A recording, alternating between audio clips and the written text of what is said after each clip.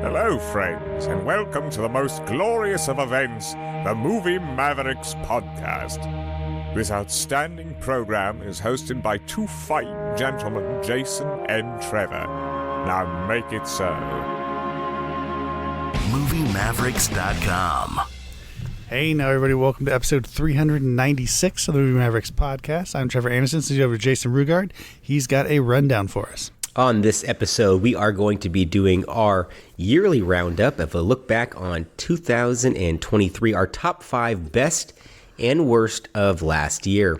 Oscars are coming up in a few days here, and we are giving our picks of the blunders of last year and the high points, as well as dishonorable mentions in both categories.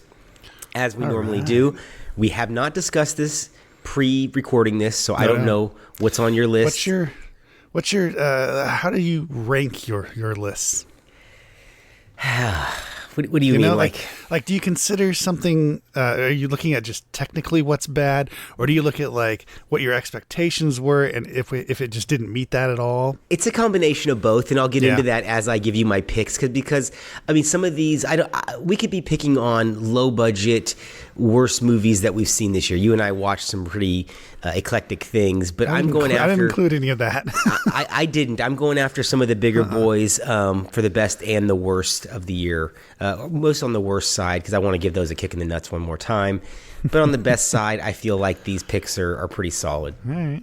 I'm confident in this. But let's start with the worst. Right. Bad news first. And the way this works is that Trevor's going to give you his number 5 pick for the worst. I'll go ahead and give you my 5 and 4, and then we'll flip back for Trevor's 4 and 3, my 3, 2, and then our 1 at the same time. So if we didn't confuse you yet. Well, I got to do it 2.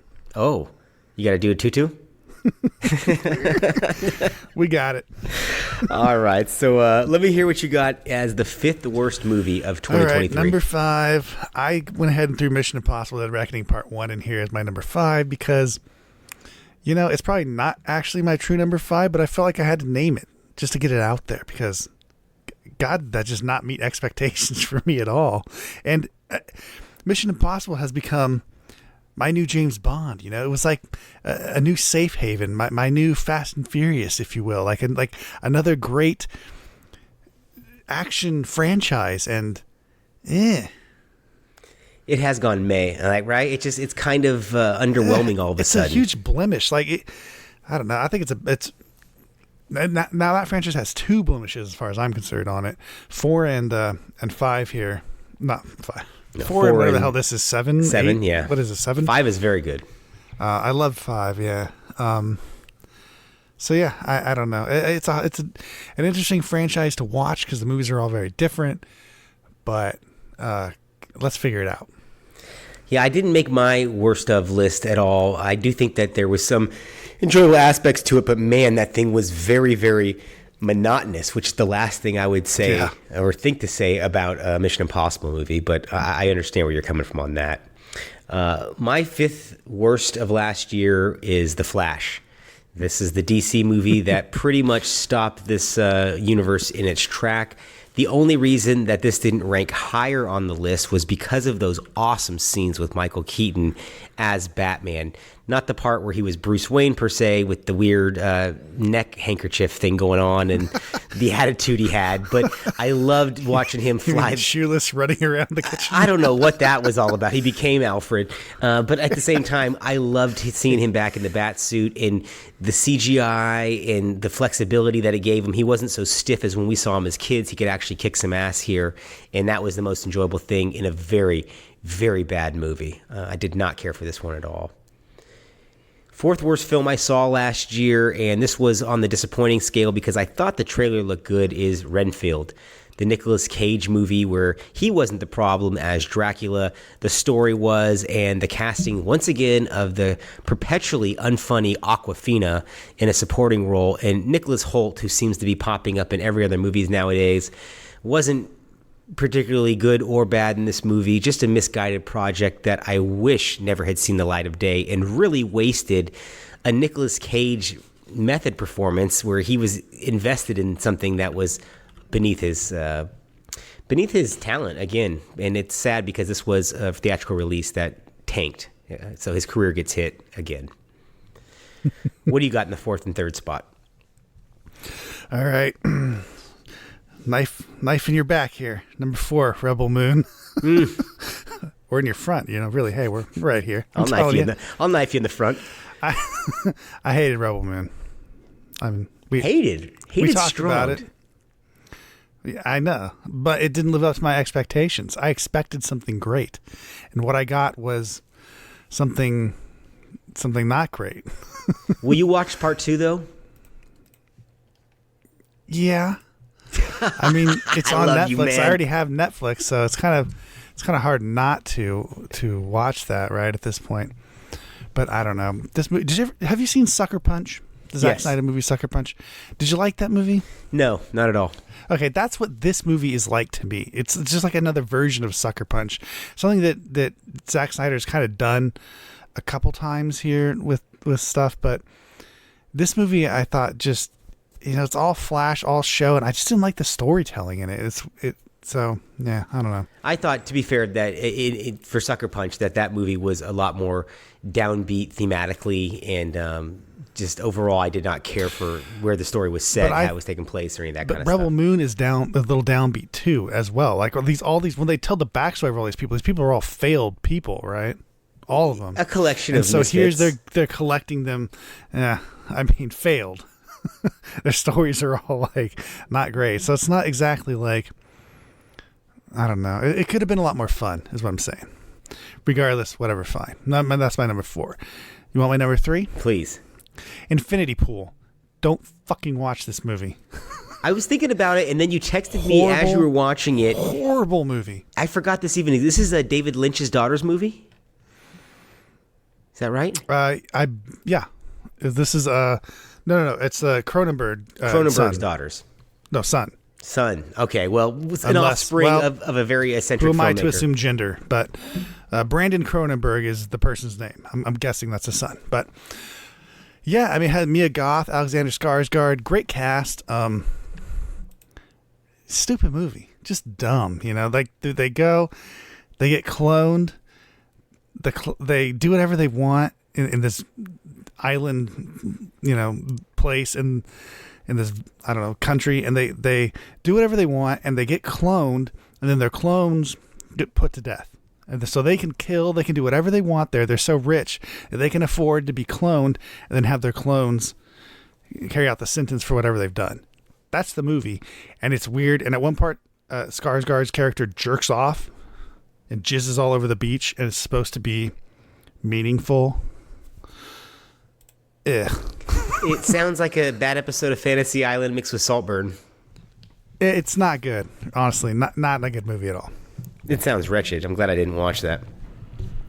All right, my pick for the third worst movie of last year was another superhero misadventure, and that was Blue Beetle, the HBO Max movie that actually got a theatrical release, even though it didn't really deserve one. And much has been made that this character will be, in addition to the James Gunn reboot of Superman and Batman, this character will continue in the universe and not be recast. I can't believe that this found any audience. I thought that this was not only poorly made, poorly conceived. I mean, the story was so rudimentary. We're still... the house is going to get foreclosed on. I mean, we're still looking at that. This is like written on the level of Steel, that 1997 Shaq movie. Honestly, I thought Judd Nelson would appear as a arms dealer trying to shake up the kids in the hood. It was so fucking bad. It was a chore to make it through this movie, which had a running time of like 2 hours and 10 minutes on fucking top of it. And while it had some impressive special effects here and there, I thought overall it was fairly cheap looking for something coming out of Warner Brothers' DC universe. A really, really bad movie as far as I'm concerned. All right, the number 2 spot for me. And this one hurts to say because part 3 is fantastic. But The Expendables 4... is one of not only the worst movies of this year, it's one of the worst movies of the last 10 years. It is a production gone astray, run amok. I don't know who is behind the wheel here, who's to blame, but from the poor CGI to the bad fight choreography to cheap sets. I mean, it just goes down the line to people that are miscast. The only one that's really hearing the music here, Statham, is adrift. And the only one that I thought was decent in the movie is the kid who's playing the heir of Antonio Banderas' character, Galgo. And he actually has that same kind of energy and is fun in the movie, but everything around him is a failure. This movie sucks.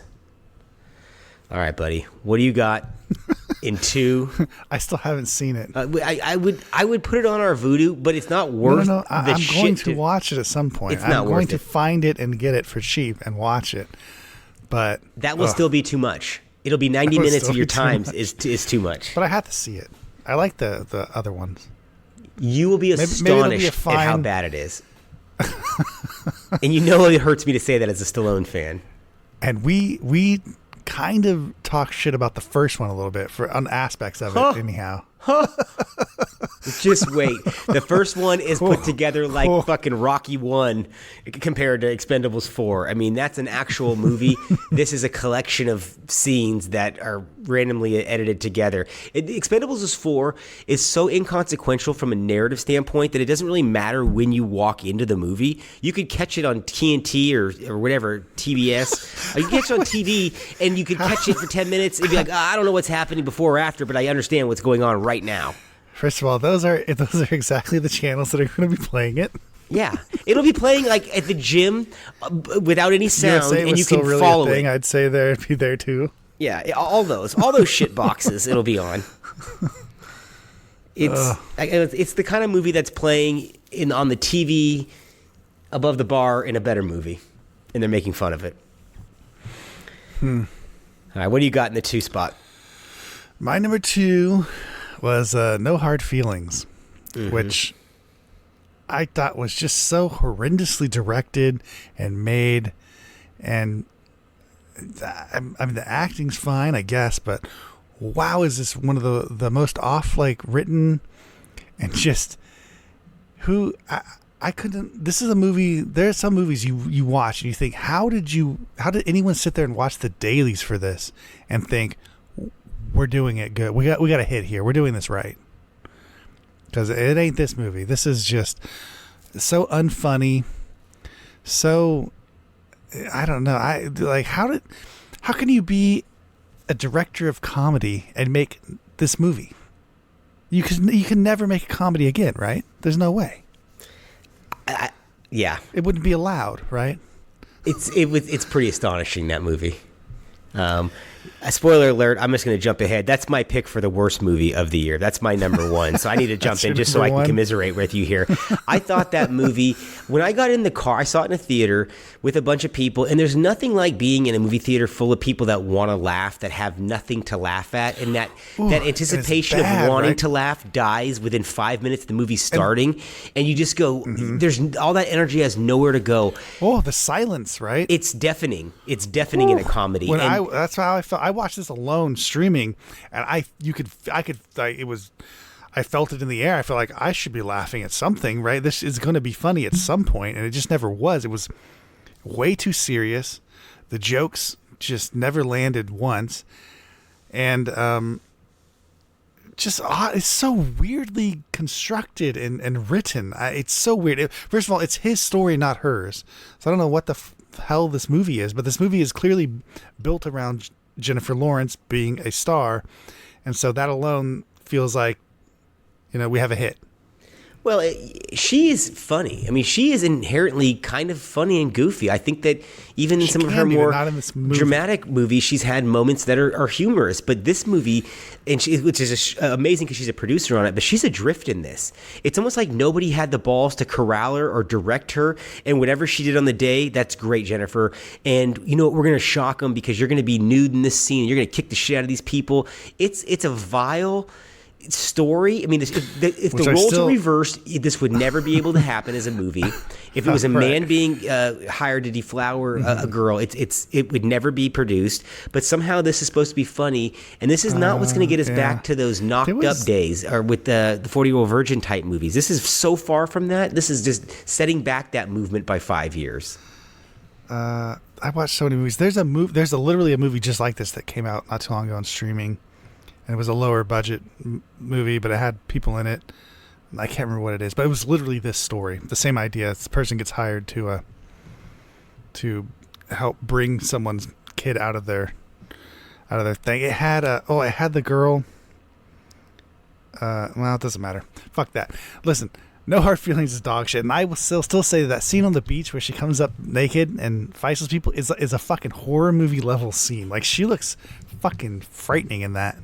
It is strangely shot. I thought so too, especially in a theater. It's frightening. It's like she does come into frame. Ocean, like, it's almost like Jason in a horror movie. I know. I thought the same thing. Yeah, I thought she was going to drown these kids. I was like, what is this story going here? And it's not funny at all. And then the final sequences, nothing in this movie lands. It's not sentimental. It's not humorous. It just exists, and it's a title on Netflix's library now.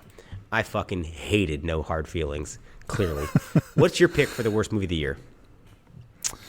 Well, this is a very personal pick to me. It is Evil Dead Rise. I thought this was just such a letdown for what it could have been, especially when you take the Evil Dead situation, you're going to put it in a high rise, right? In an apartment building, and then you just don't go anywhere in that apartment building. Like, for real, you in the parking lot and one floor with a couple of fucking neighbors, and that's it. That's what I get. Rip off. Fucking straight up rip off. Too small of a movie. No good. I only heard good things about that when it had come out. And how dare you? I've only heard bad things, actually, which is surprising because I was afraid to watch it. I'd heard so many bad things about it. And I guess perhaps I'm listening to film people maybe who are fans of Evil Dead stuff who don't like it. Rather than just, I don't know, normal people probably would like it because it was gory. It was certainly fun-ish at times, but I don't know. It wasn't a very good movie overall. It's certainly not something that anyone's going to remember or look back on and really, clamor to rewatch. I never saw it, so it didn't make my list, obviously. But going off your recommendation, I take your recommendation highly on horror movies because I know you've seen so many. I would never watch this or that new Exorcist remake. I haven't seen that new Exorcist remake. I thought you saw that one and said it was dog shit. No? So somebody else told me that. Somebody else probably told. I've only heard bad things about it, so I'm almost certain it's crap. It's available for free, and I still haven't watched it. So that's, you know what? The they level didn't bother getting Rennie Harlan back to make it. I'm not interested. Rennie Harlan has the superior Exorcist movie over Paul Schrader. Which feels wrong, right? It's bizarre. That's a real stat. You know what's so bizarre is the Paul Schrader fucking Exorcist. That one's bizarre. Well, so is Exorcist 2 and 3. I mean, really, Rennie Harlan has the second best Exorcist movie ever made. That's a stat. He can be proud of that. Let's talk about a few dishonorable mentions, movies that didn't necessarily make our top 5 worst of the year, but if we had a longer list, they would definitely have shown up. Just briefly here, I want to go through 3 that would have made the cut for me. One is The Creator. We just talked about this on the last episode. Mm-hmm. A totally self-important, overblown, wannabe Star Wars sci-fi thing that exists. Really way too much self-importance in another wannabe star. I hated this movie.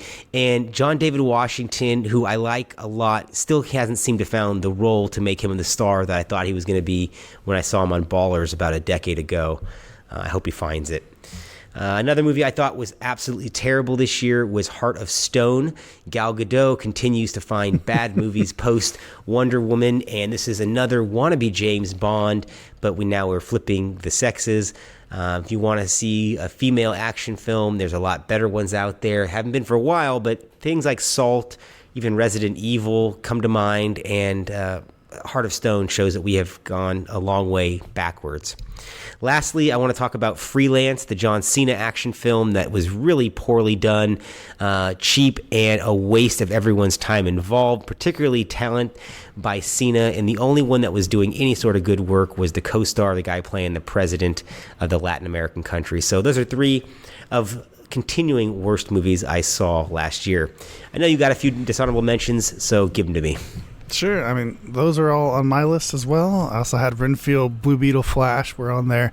I'm going to throw out Knock at the Cabin, which I did not like. Oh, that was terrible. I'm going to throw out Napoleon, which I didn't even make it all the way through, which, if you know me, is very rare. That's how boring that piece of shit is. Strays, not a fan. Not a fan. and I'm going to throw the Indiana Jones movie under the bus there, too, because I didn't really like that one either. And I also am going to throw Thanksgiving in there because it's kind of fucking lame. Wow, I'm surprised you threw Indiana Jones in there. I like that one. I know we disputed It's on okay. that. That's why it's in my honorable mentions, because it's fine, but it's not. For an Indiana Jones movie, eh. And Strays was Young Frankenstein compared to No Hard Feelings, as far as I'm concerned. That's a weird comparison. Well, I mean, for how much laughs are involved, it was fucking. I guess it was Strays like is classic. terrible. It's just a classic. Comparatively. I put on Blazing Saddles the other night and fell That's a asleep. classic. It's on Netflix right now. It's all cleaned up. So good. Put it on the other night, fell asleep, and woke up and just forgot some of those things. And when I was half awake, I thought, what the hell is playing? What am I listening to? This isn't right. Who's talking right now? Because it's a little uncouth, if you will, but very, very funny. All right, you ready to flip over to the light side? I'm an always flipper. Nah, boy. I knew you were ready for a flipping. Let's start with your fifth best for the best picture. My fifth best. So this is probably the weirdest one on any of my lists here. It's The Pope's Exorcist. All right, people? Fine. I watched it twice. I liked it both times. I think Russell Crowe's funny, and he rides around on the Vespa. It's fucking awesome. Russell Crowe can fit on a Vespa? Bro, and it carries him. Like, it doesn't bottom out and shit. And he looks like he's having a lot of fun. That's the best special effects in movies in 2023. He looks like he's having a lot of fun on that Vespa, exercising shit. The only exercising he's doing is of ghosts. He ain't fucking moving. He's getting off that thing and getting on a Segway to go over to the craft services, so don't worry about it. Oh, he's got a fucking croissant in one hand on the fucking handlebars. Belly full of pot cakes. Yeah, he's good. But seriously, if you haven't seen The Pope's Exorcist, it's a lot of fun, I thought. For a horror movie, for an Exorcist horror movie, it's absolutely ridiculous by the end of it. But it goes big. It just goes balls to the wall. It's fun. Nice. In the fifth spot for me, surprisingly, is one of the year's biggest movies. The year's biggest movie, Barbie. Noah Baumbach and Greta Gerwig come together to make a super entertaining movie that I had no intention of liking and won me over with its. Really, with everything about it, I didn't hate it, and I thought that it was very, very clever. On top of it, with some interesting performances and a knowing wink to what it was doing. So very clever, and the best. I don't think they could ever do anything better than this with this property and this material. So kudos to them. I don't think you could top it. I don't think another filmmaker could take this property and do something better. You haven't seen the XXX Barbie yet. I just think about that version we were going to get with Patty Jenkins directing and Amy Schumer starring. Who knows what the fuck that was going to be? Who knows? By the way, I don't know where your mind's going, but I'm talking about the Xander Cage Barbie movie. Oh, I forgot about XXX, those series. I actually love that movie. The first XXX kicks ass. The second one shouldn't even exist. A movie. And the third one is in between the first one and the second one. And then the third one, I don't even know why. Yeah. I'm not even why sure. does it exist? I don't know. That is an interesting franchise. Anything with Vin Diesel in it is an interesting franchise because he usually peters out and comes back in. That is, though. Yeah, you have to admit, that first XXX has a fucking awesome score. Oh. Especially that guitar shit. Fantastic. I own it on CD. I bought the fucking CD back in the day. It was fantastic. I've had it forever, yeah. Yeah, I mean, it's fucking fantastic. That whole movie, Rob Cohen was on fire with that in that era with Dragon, Skulls, Dragonheart, obviously Fast and Furious, and then XXX won.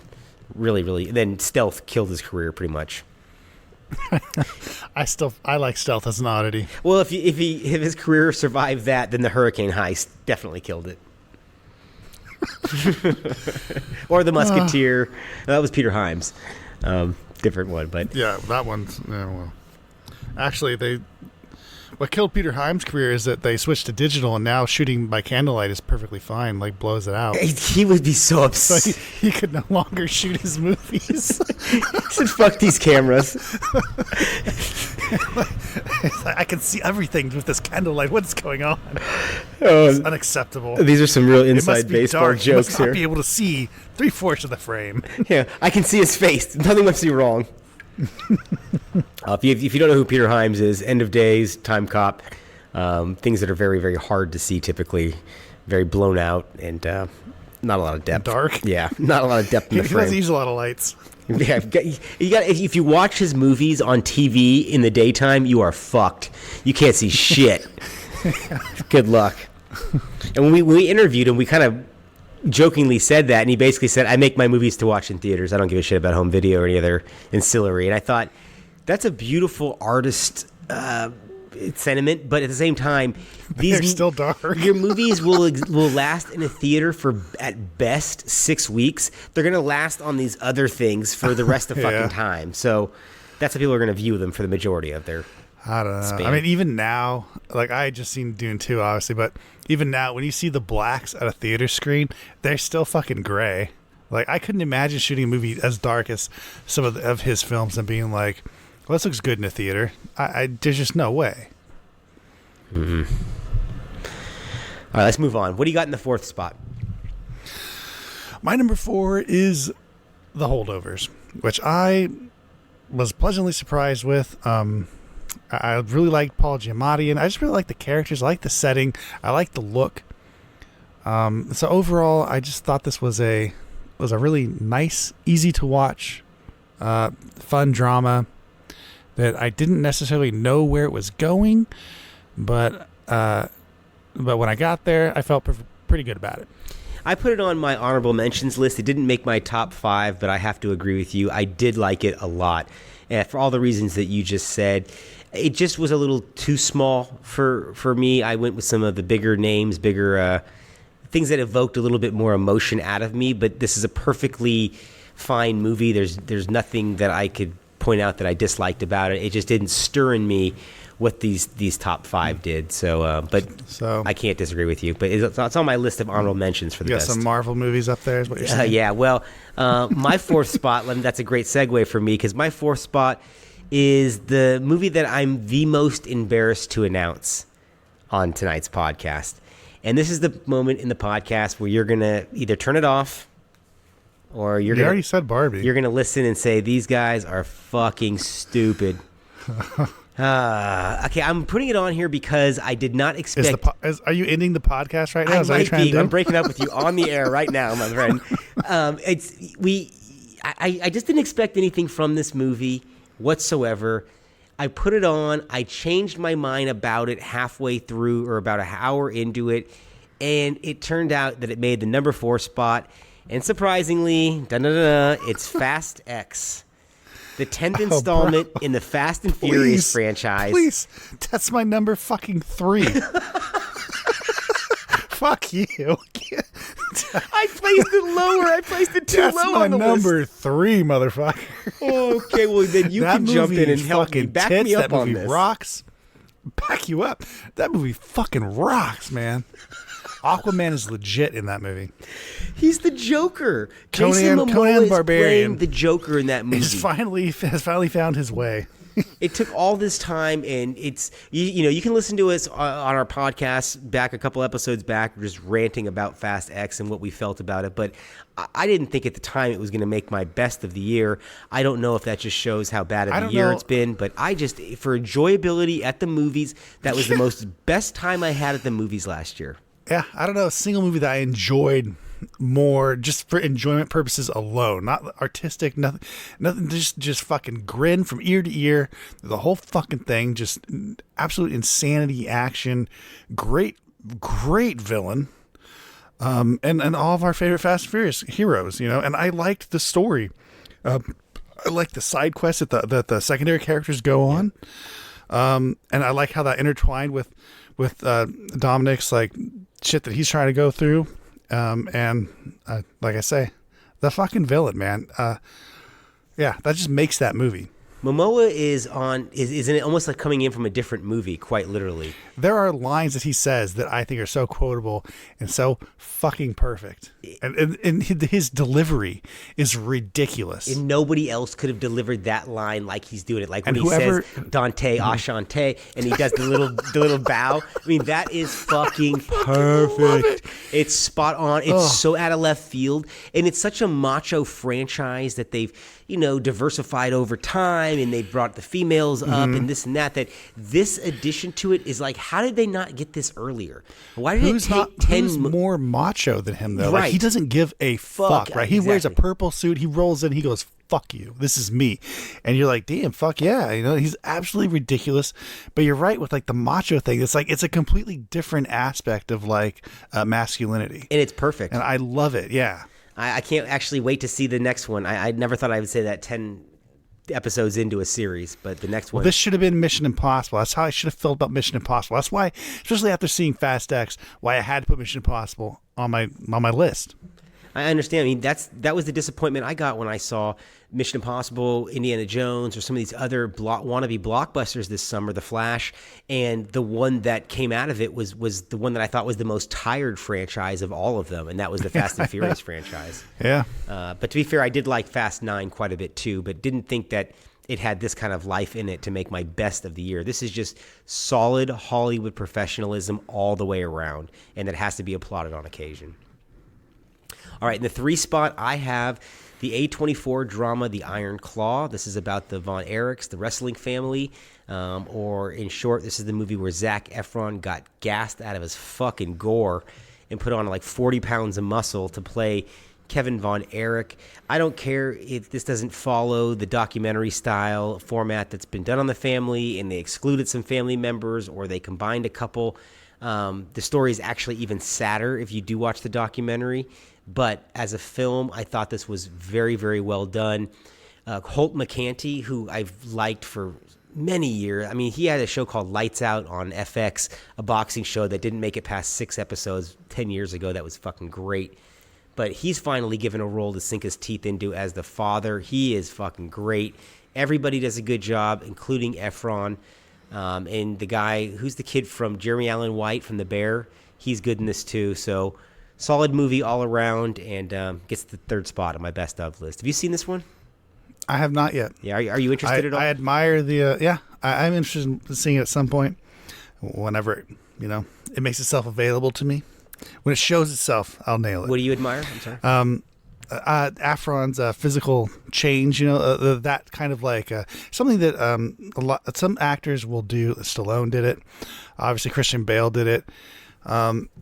I don't know, that teetering on like it just dangerous. It's a little too dangerous for your health, like what you're doing with your body in order to fit perfectly into some role. Yeah, I mean, he is gassed out of his gore here, where it's almost like keep on the muscle and let's do an action movie while we have you at this weight here, sir. I mean, why did they put a gun in his hand? It's way too much muscle. You can just tell like he's about to explode. Oh, his lipids are through the roof. I'm sure. Yeah, that dude takes one hard shit and he's dead. Yeah, exactly. He has oatmeal stuck in his artery at the moment. All right, what do you got in the 2nd spot? My number 2 is Barbie. I thought it was one of the best written movies I've seen, if not one of the best cast and acted, and just overall fun and more emotional than I thought it was going to be for me. And yeah, I don't know. I liked it. Clearly, there are some people here, Greta Gerwig, Noah Baumbach, who are still writing great movies. Setups and payoffs, bookends. They use all the good things that I wish other people would use. Narrative tools. It's so good. And it's so simple. It's so easy.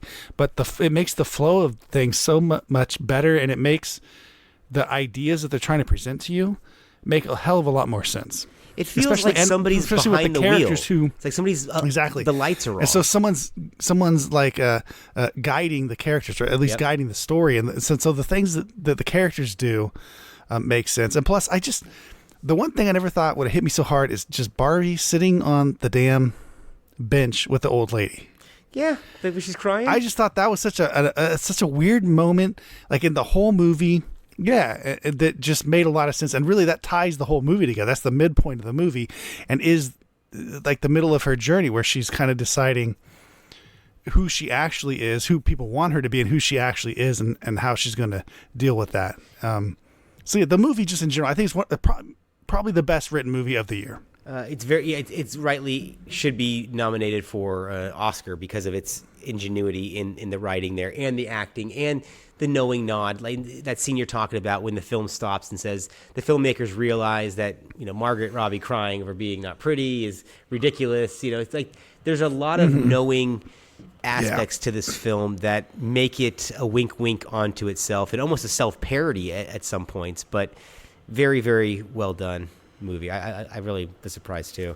It's two guys who I thought would have put Expendables 4 on our list at the beginning of the year and Barbie on the worst of the list, and that's inverse for me. Yeah, me too. I didn't think Barbie was gonna do that for me, but it's just so artistically well done. It really is. I can't deny it. It can't be denied. That's why it made the $1.3 billion because and most people will tell you that they enjoyed it, but there are others that absolutely fucking hated it, and I can understand why you did too. That's fine. So, yeah, I'm not. I'm a staunch defender of it. So yeah, everyone loves a lot of movies, and I just think they're trash. So what do you want to do? Yeah. Well, my second spot for the second best film of 2023 is Air. I really loved this story about the creation of the Michael Jordan Air Jordan shoe and the attempts to sign him and get the deal pushed through. And this was, to me, the exact type of movie I want to see when you're presenting me with a slice of fairly current history with the music, and they laid out the time, and the styles of the clothing weren't thrown in your face. It was just, everything was perfectly modulated in this small film, and important to some people, but very well executed. Ben Affleck as a director is just good. I mean, he's just fucking good. I like all of the movies he's directed. Turns out I'm a Ben Affleck fan because a couple years back, I was looking at my list. I put the Way Back on there. Who would know that? You liked the what was the one movie? Oh goodness, which one? The basketball one with an alcoholic? No, I put it on my best of. Of course, that was fine. Oh goodness. No, the movie where he's the gangster. What is that? I like Live by Night. I can't remember what that movie's called. Live by Night. I do. I like Live by Night. That's like that, and he directed it. That's seriously. Yeah, I know. Come on, The Town. That's Gone Baby Gone. The Town's pretty good. Gone Baby Gone's fucking Argo. Great. But you like Live by Night, so that's like that's the walk of shame for you right but there, I right? like gangster movies. It's 5 a.m. You're doing the walk of shame. Like you're 100% in on Ben Affleck. I am. I go hard on Ben Affleck, but I also want to single out Matt Damon, who is very, very good in this movie, and. His performance in this, in Oppenheimer, you just got to give it up to Matt Damon, who had quietly a hell of a year on screen and continues to be one of our best actors. I mean, DiCaprio gets the glory a lot of the time. I think he's so likable. I mean, that's the thing about personable, right? Matt Damon is that he's just, even in movies that are bad movies, I still like Matt Damon in those movies. Yeah. Even though I hate the movie, I'm still going to like Matt Damon. Even something like The Great Wall, which sucked, he was good in it, and I don't blame him. Or Elysium, or something like that. The Shrink movie. What the hell is Downsizing, Downsizing, which is a terrible movie, but he's great in it. I mean, I watched We Bought a Zoo because of him and damn near cried one time. So I like We Bought a Zoo, so now it fucking bit me in the ass for taking a chance. I like that movie, all right. Not to say he hasn't made some bad movies in his career. Legend of Bagger Vance comes to mind, but he's just quietly an unsung, solid movie star who turned into, or always has been, but because maybe his looks aren't as sharp as they were when he was younger, his acting is just rising to the forefront over and over for me. All right, what's your best movie of the year?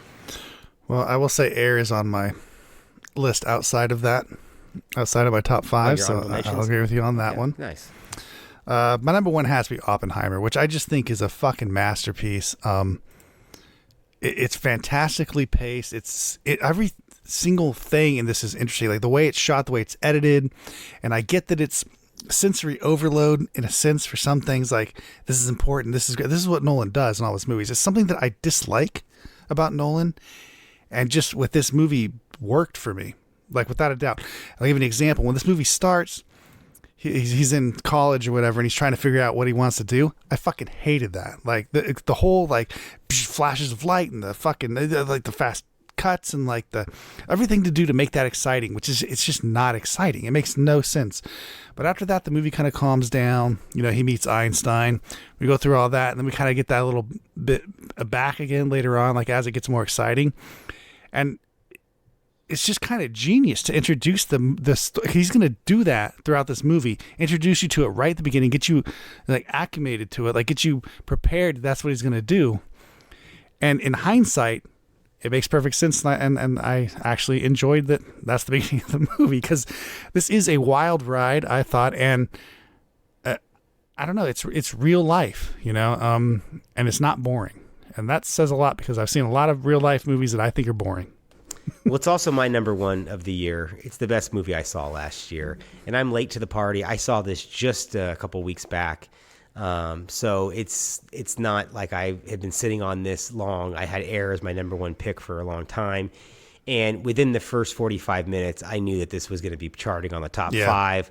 And when it ended, it was the best movie I had seen last year. But it's rich. This is a very rich experience. It opens itself to multiple viewings even. I can't wait to go back and look at this again to see it. What I noticed was not only the density of the material being presented, which is very cleanly presented, but the clip at which they are speaking. This is a long movie, but there's not actorly pauses.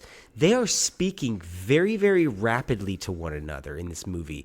A lot of the times, even under important dialogue, that to me was flying by because I'm looking at the visual, I'm looking at the shot in some instances, I'm looking at the aesthetic, and there's so much information flying off the screen that I finally had to give up and just pay attention to the narrative, which is complex in that it's telling 3 different timelines concurrently. And the work here, I mean, to say the work in a Nolan film is good is just, standard. But once again, Matt Damon is fantastic in this.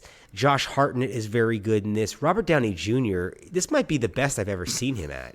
I mean, he's so subdued in this. Is anyone in this movie bad? I mean, honestly, this is top notch for everyone. I didn't necessarily love Emily Blunt in this, but I think that's just the character. That's the character, man. Yeah, I know. I felt the same way, but then you think about it, that's the character. That's just who she is, and that's what it had to be. And when it started off and he's at Cambridge and he's staring at the rain and he's having his mental breakdown, just gazing into the camera, I thought, oh, here we go with the theory of everything type movie again, right? Where we're going to have the genius. So you had the same. I had the same type thing that I had, where you think, oh my God, this is going to be so over the top and ridiculous, and the story's not going to match this style. There's no fucking way, and it does. It does. It settles down into a rhythm, but it doesn't necessarily settle down because they still intersperse those dreamy kind of images and this weird kind of vibe. What I didn't realize is how much ass these guys were getting. I mean, these guys were just very, it doesn't very seem popular. real, does it? I mean, they just were.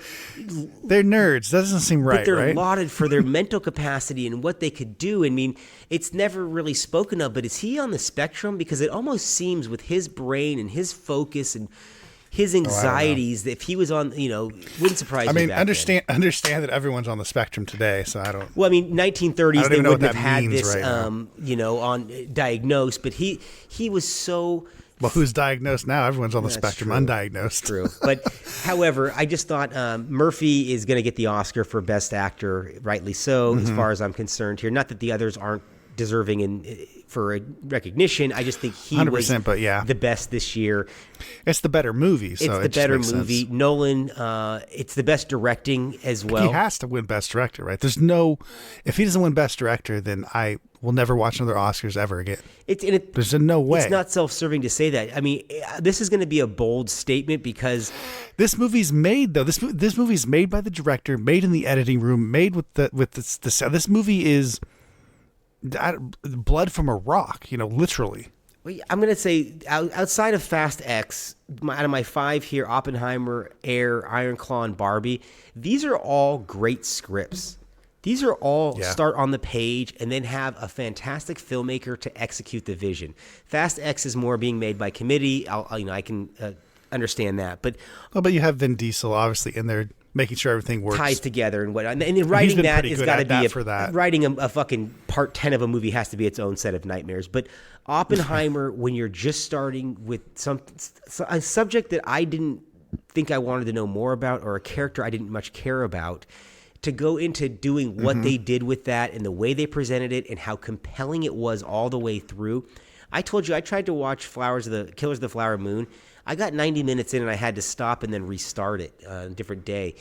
Oppenheimer, I flew through. So you can't stop watching it, right? I mean, I agree with you. I've known about Oppenheimer, but only about the things that happened in Los Alamos and stuff. Not so much the stuff before and after, like what's in this movie. I had no idea. All that stuff is intriguing as hell. Yeah, I actually didn't really know all that much about the congressional proceedings and all that stuff afterwards.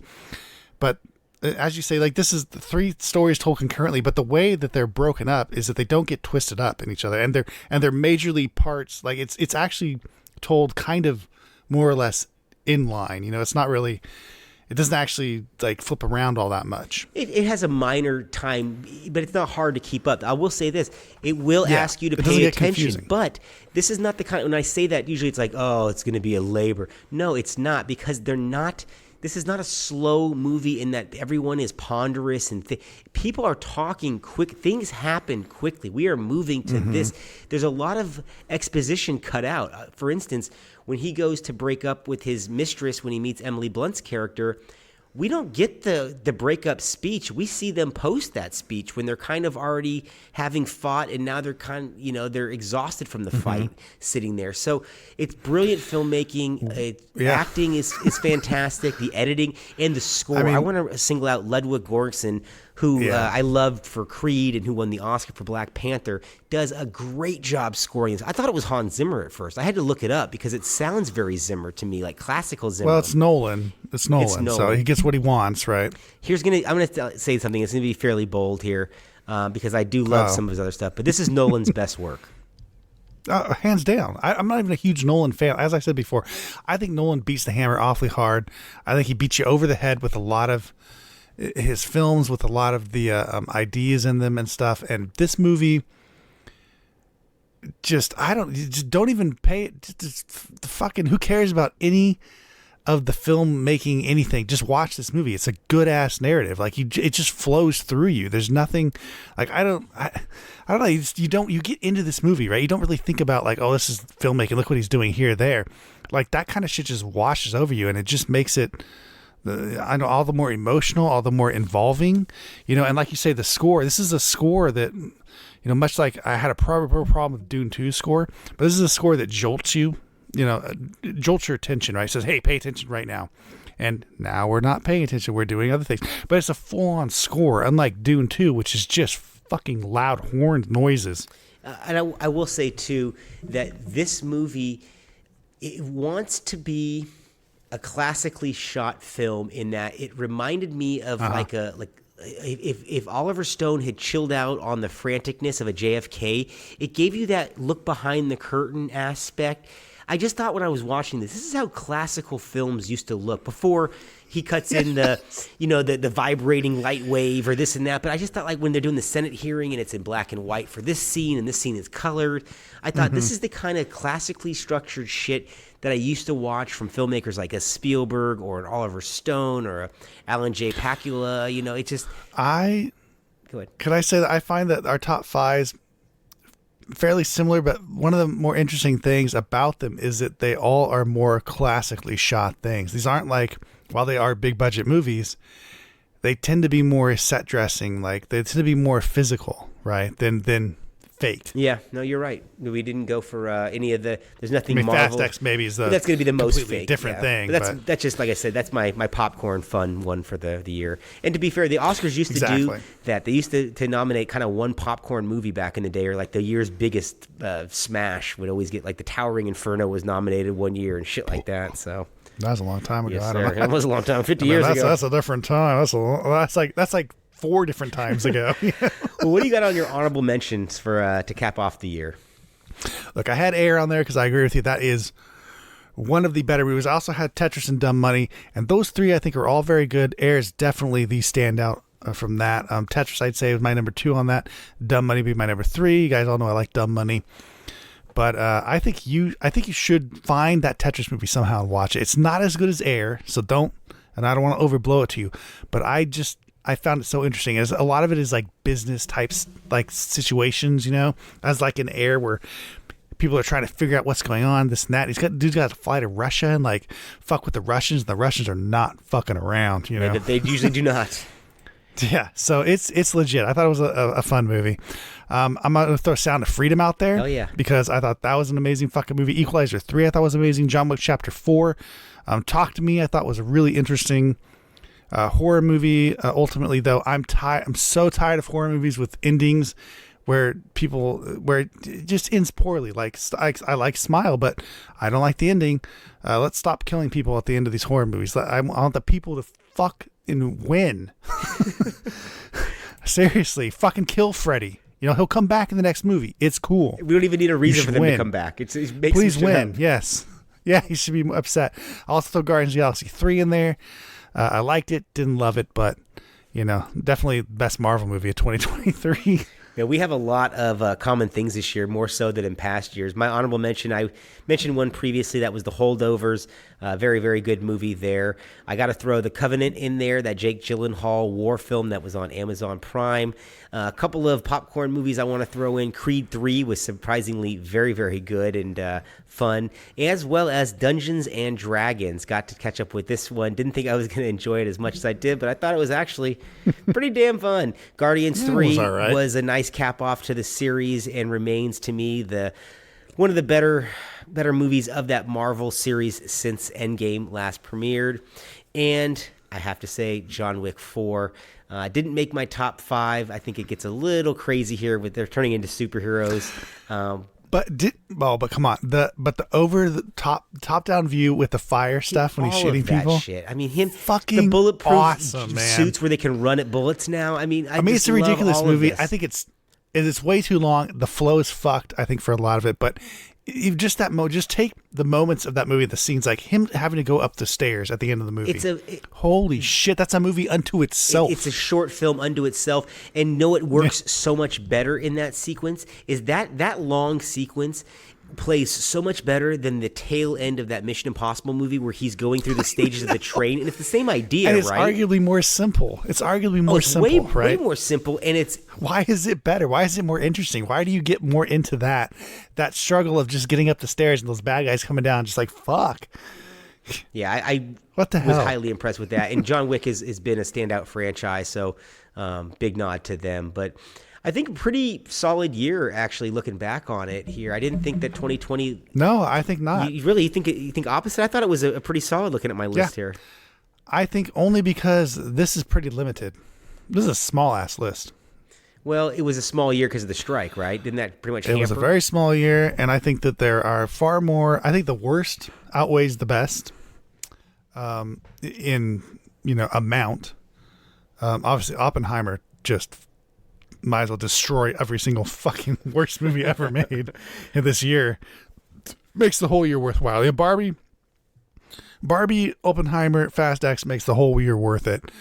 But I don't know, man. There's a lot of bad stuff, and there wasn't compared to years past. I don't know. I feel like we generally might have been more positive, right? Like this year felt a little more negative. This year, I loved, just like Maverick last year, I loved my number one pick. I loved my number one pick this year. So I'm feeling like it's a great year because I didn't just like it a lot. I actually loved this movie. I'll be revisiting it. It's be a prize collection for us, a movie for our collection. The worst movies, when I look at that this year, they are very bad and surprisingly very big budgeted. There's a lot of The Flash. But shouldn't there have been more bigger... Yeah, big budget. But shouldn't there have been more higher earners, higher rated films this year? Isn't that what we were getting in the teens? I just think that... Even though we might have hated them, that still existed, right? This felt like a limited pick-through, really, this time. I just feel like we were, from COVID and from the strike and all of that, I mean, this next year, 2024, as we look... It's going to be even worse, we're right? looking at the release schedule here, and I'm scared for this year. And unless something comes out of left field...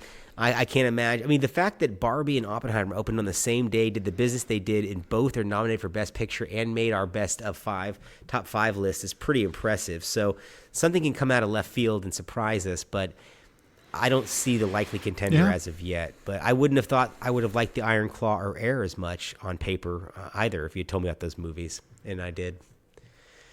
So I'm hopeful. Yeah. Well, that's going to wrap up our show for the top 5 best and worst of 2023. The Oscars will be in a few days, so don't forget to watch that. And join us on our next episode where we are going to be talking about the Conan Chronicles. We promised you that before, but we're sliding this one in beforehand so we can get it to you before the Oscars. And then we'll be back next week talking about Schwarzenegger. You know, Arnold's so greasy, he slides in anywhere. Yeah. Eating is not cheating. That's what he used to say, apparently. That son of a bitch. All right, guys. Thanks for joining us. Speaking for Trevor Anderson, I'm Jason Rugard, and we are the Movie Mavericks. Oh my, another magnificent episode has come to an end. If you're craving more, set your destination to moviemavericks.com, Warp 9. Engage!